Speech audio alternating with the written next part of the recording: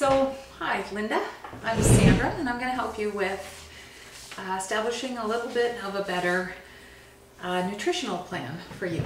You are a 72-year-old grandmother, you have 3 adult children, you have 9 grandchildren, and you live with and care for your husband as well. So you're very busy and you're struggling a little bit with your weight and you'd like to see your weight come down a little bit.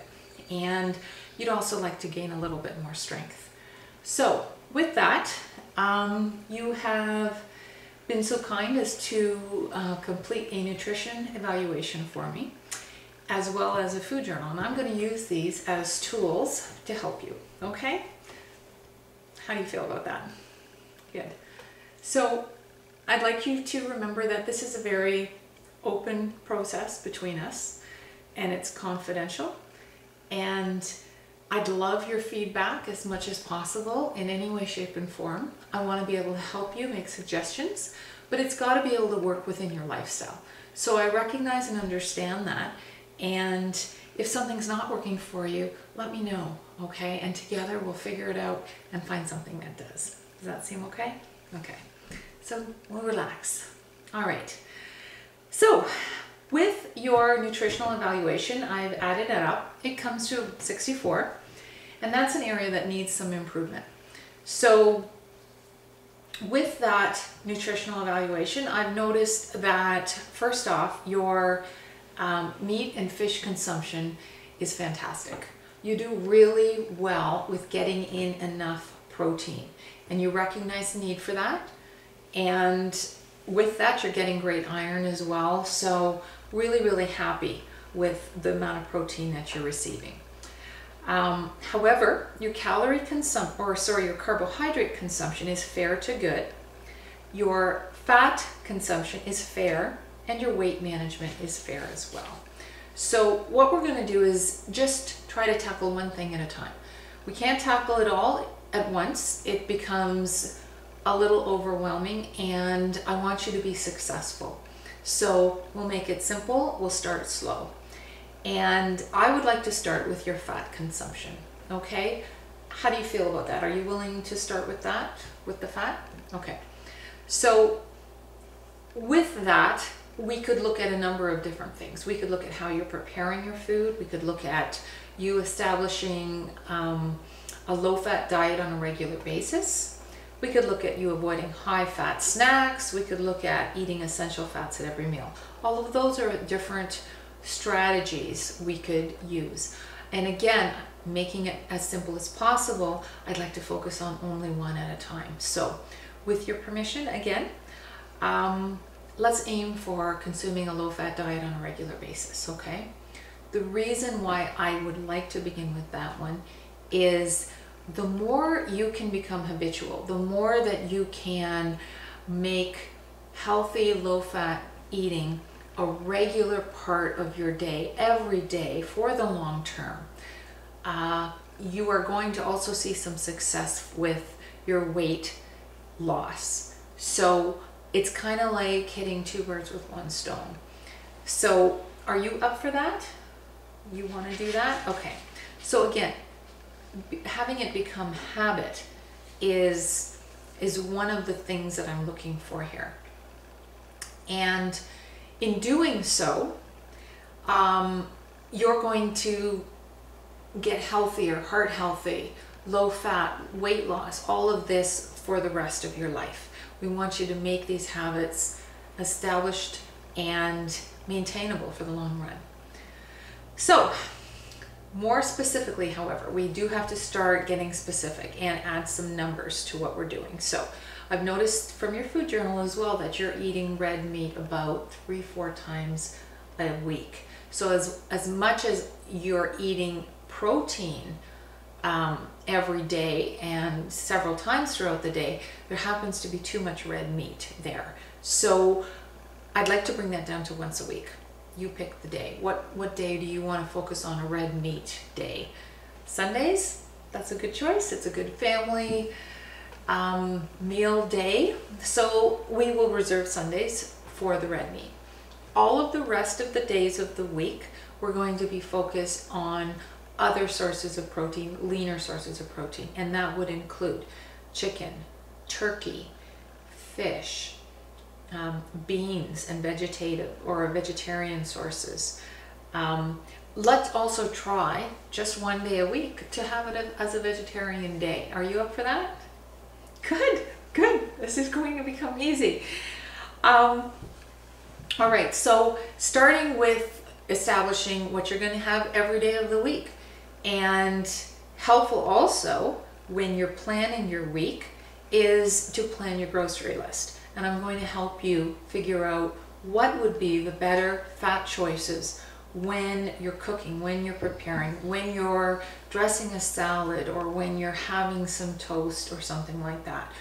All of those things where typically we see high fat foods, there will be alternatives. So with that grocery list, we can sit down and make those choices. I'm also going to teach you how to read a nutrition label effectively. I want you to be able to see the types of fats that are in the food choices you're making, as well as how much fat is in there. So I want you to get a very secure feeling as to how much is too much, how much is enough, okay? Because you do need these fats. They are essential fats, the omega fats. They're there for a reason. We need them for good health. So a good example would be salmon, a good protein source, one that I certainly want you to implement in your week. And it's got the healthy fats there. When you have those healthy fats, you're still going to have that feeling of satisfaction, that feeling of fullness that you get from having fat in your foods. But the healthier choices will mean that you're getting heart healthy fats. You're not getting anything that's clogging the arteries, and hopefully reducing any kind of issues you might have in that sense. So we're also going to look at the dairy, because you do have a significant amount of dairy in your food journal. I'm recognizing, and I'm so glad that you're paying attention to the amount of calcium that you need in your day. But all of your dairy choices are high fat choices. So those unfortunately are also the saturated fats that you find in dairy. We want to find some unsaturated fat choices that you can make in dairy, and simply bringing down the fat, either a lower fat like 1% milk fat, or skim fat with 0% milk fat are the choices we're going to be looking at. Even things like skipping the ice cream and going for frozen yogurt, or enjoying cottage cheese with fruit as a snack, good alternative. So those are the things we're looking at. Does it sound good? Okay. So I am going to want not just your feedback now, but on an ongoing basis. So I'm going to be sending you some emails every couple of days. I'd like to give you a telephone call, and I want you to tell me specifically, where are you making those changes? I'm going to be asking, what are you putting on your toast? What are you putting in the pan if you're preparing foods? And perhaps there's a different way to prepare it with no fat. Instead of pan fried, let's look at broiling or barbecuing, or something where the fats aren't required. Again, bringing down calories. Remember, there's 9 calories per gram for fat. Whether it's good or bad, we want to make sure that we're not getting too much. And hopefully as a result, we'll see some weight loss. And that's the kind of thing I'm going to be contacting you about. I also want you to just reflect a little bit and see how you feel. How are you feeling? Are you feeling any more energetic? Do you feel full but not too much? Do you feel satisfied when you're eating? Do you feel good about the changes you're making? Let's look at adding spices and herbs to the food instead of always salt in the butter or something like that. So all of those techniques are out there for you. And at the end of 4 weeks, I'm going to look to weigh you again, and hopefully we'll see some weight loss. I'd like you to continue your food journal, and that's going to keep you honest, and it's going to keep you very aware of the choices that you're making, as well as allowing me to see when, if, hopefully not, but where are you falling off the wagon if you do it all. And again, if this strategy, if we're having some difficulty with it, if we need to reevaluate how to approach it, then together we will, okay? It's not one way or the highway. It's a collaborative effort, and the only result that's acceptable is your success, okay?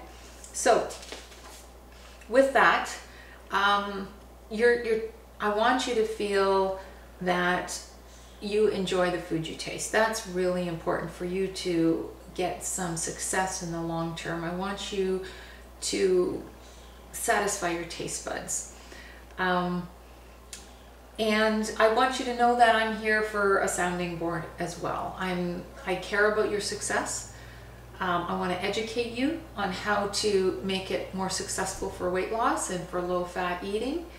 And after that, we can go to another topic, perhaps the carbohydrate consumption, and make it a little bit better and come up with some strategies for that. Does that sound good? Perfect. Thank you, Linda.